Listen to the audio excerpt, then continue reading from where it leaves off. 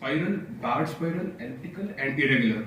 The spiral galaxies has been classified on the basis of we know as SA, SB, and SE. So SA galaxies are the one which the spirals are closer to the nucleus of the galaxy, and SB and SE are respectively further away from the nucleus.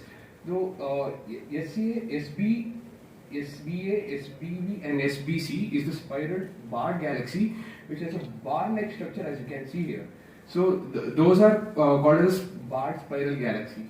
So the third type of galaxy is elliptical galaxy, which is classified on the basis of the eccentricity. So what happens is that the eccentricity is from the elliptical galaxies range from E0 to E7. So E0 being the eccentricity is almost close to 0. So the E0 galaxies are almost circular-like structure. So next type of galaxy is irregular galaxy, which doesn't have any shape, and some of the examples are small Magellanic Clouds, large Magellanic Clouds, etc. So when we talk about galaxy interactions, there are many types of galaxy interaction. I'll be talking about the three types of interaction. One is satellite interaction.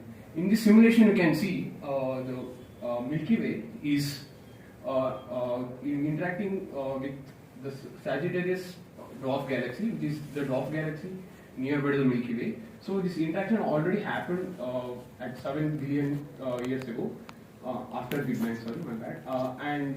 So what happens is that this Milky Way has more mass compared to this dwarf galaxy. So what is happening? The dwarf galaxy is getting tidally interacted to the Milky Way, and you can see it's, the main body is getting ripped apart as the Milky Way, as it tidally interacts with Milky Way over the period of time. And this graph also, you can see when it comes closer to the Milky Way, the star forming regions and the stars are formed. You can see the graph peak. So the next type of galaxy interaction is galaxy collision. So galaxy collision is a process where two galaxies they collide head on each other. So this is another simulation of Milky Way, our own galaxy, and our nearest galaxy, which is Andromeda galaxy. So in about 5 billion years, both Milky Way and Andromeda is going to be head-on collision with each other. So in the simulation, you can see they come across each other. Their path crosses, and due to the tidal interaction, again they collide, and their supermassive black hole, which is present at the center, will merge into one big elliptical galaxy. So the third type of galaxy interaction which I will be talking about is the galactic cluster. So what happens in the center of galactic cluster? In the galactic cluster, there are billions of galaxies, and at the center of the galactic cluster has a huge mass. So the gravitational force or the tidal force is huge in the center. So the galaxies near the center will always be interacting tidally with the galactic center or the galaxy cluster center. So these are the two images. This is the galaxy cluster IDCS J1426. It's the images, the image multi-wavelength image of X-ray, infrared, and visible.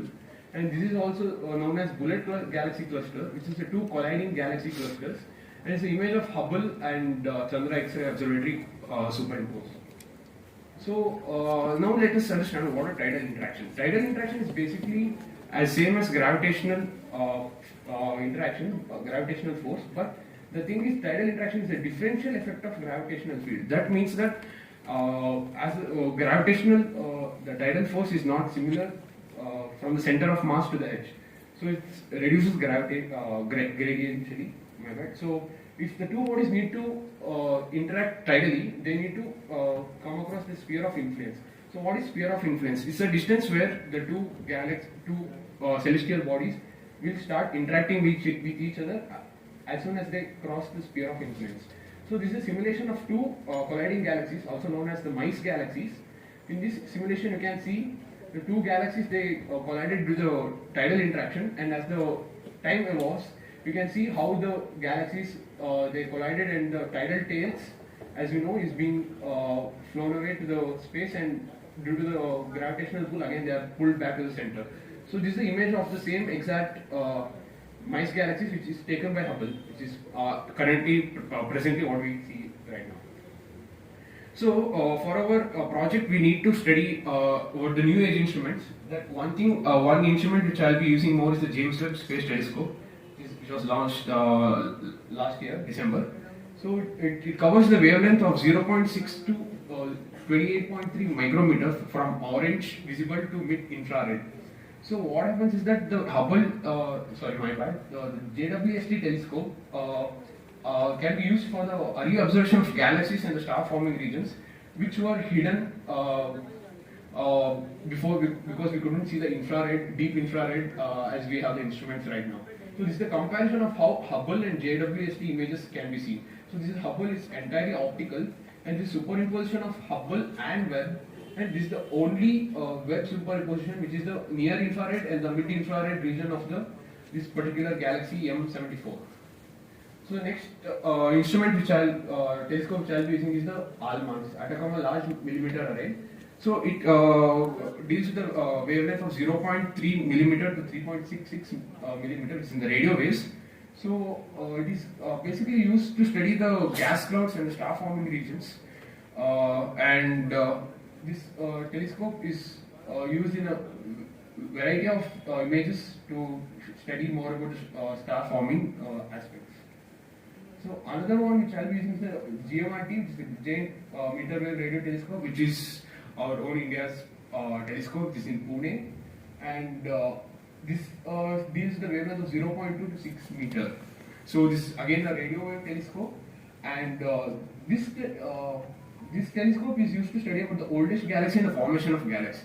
So when we look at the formation of galaxy, we can see we can understand how they are formed and how they evolve as the time evolves. So the last which I'll be using is the Gemini Observatory data. So it covers in the wavelength of 0.36 to 1.03 micrometers. So anywhere from visible to the infrared. So this is basically it gives a spectroscopic analysis in visible and near infrared. So this will be used mainly to know the evolution of stars and the star-forming regions. So our future work is in this project is about to study about the galaxies merging and how they change morphologically as the time evolves. Here in this image you can see this is the Hubble Space Telescope image, and we can see the two galaxies. They are further apart, and once they start tidally interacting with each other, so they interact and they merge into one galaxy.